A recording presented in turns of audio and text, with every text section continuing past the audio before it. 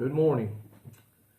So good to be with you this morning and to share the Word of God and for a few minutes here to encourage one another to stay true to God's Word, be working for the kingdom of God today as we share His Word with those that we come in contact with.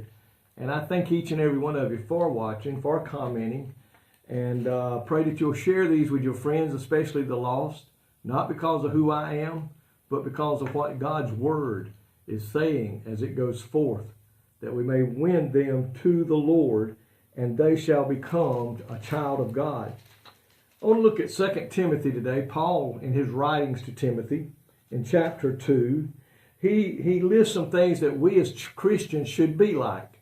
And I think it's a right interesting way that he does this. And if you begin in chapter 2 in 2 Timothy, chapter 2, verse 3. It says, "You therefore must endure hardship as a good soldier of Jesus Christ." And I'm going to go down through verse 6. It says, "No one engages in warfare entangles himself with the affairs of this life, that he may please him who enlisted him as a soldier." He is saying a child of God today should be in battle. We're not to go run and hide. We're not to tangle ourselves up with other things to where we cannot go out and fight for the Word of God and get the Word of God out in this world, even though the enemy is going to try to stop us. It says a soldier must leave behind the comforts of home, go out into the world and fight the battle and devote himself to the duty. You know, even if we're a child of God today, but we're not a pastor, we're not a Sunday school teacher, we still have a duty to go out and share the gospel of Jesus Christ. Then he says, like an athlete in verse number 5, he says, and also, if anyone competes in athletics, he is not crowned unless he competes according to the rules. An athlete submits to the rules of the contest and whatever he's in, and the Christian often has to sacrifice liberties to gain victory. This means discipline and training, activities that do not come natural. You know what that means? We spend time studying God's Word, reading God's Word, and adding and putting His Word into our being that we may then go out and share it with others.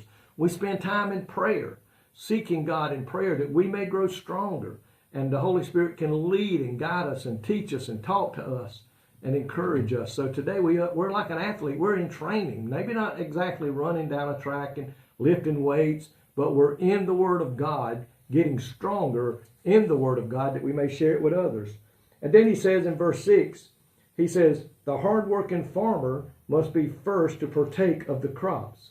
He says in that, the hard-working farmer must be first to partake of the crops. A farmer diligently works his crop because he knows that one day his labor will work a harvest.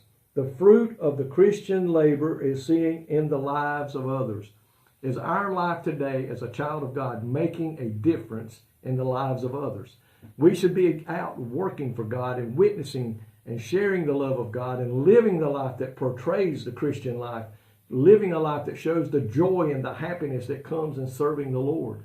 So today, are we being like a soldier who devotes himself to fighting the battle? Do we put ourselves out there and act like an athlete who trains that he may be better in doing what he should be doing as an athlete?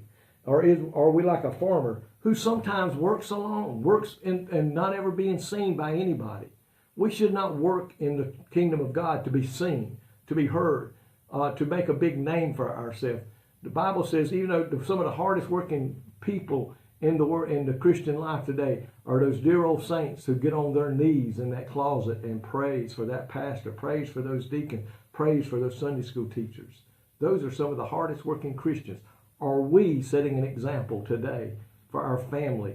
And are we doing what we need to be doing for the kingdom of God?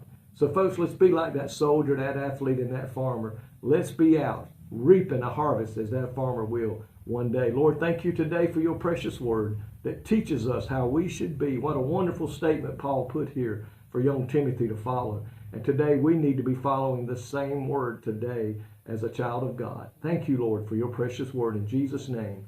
Amen. Folks, may God richly bless you today is my prayer.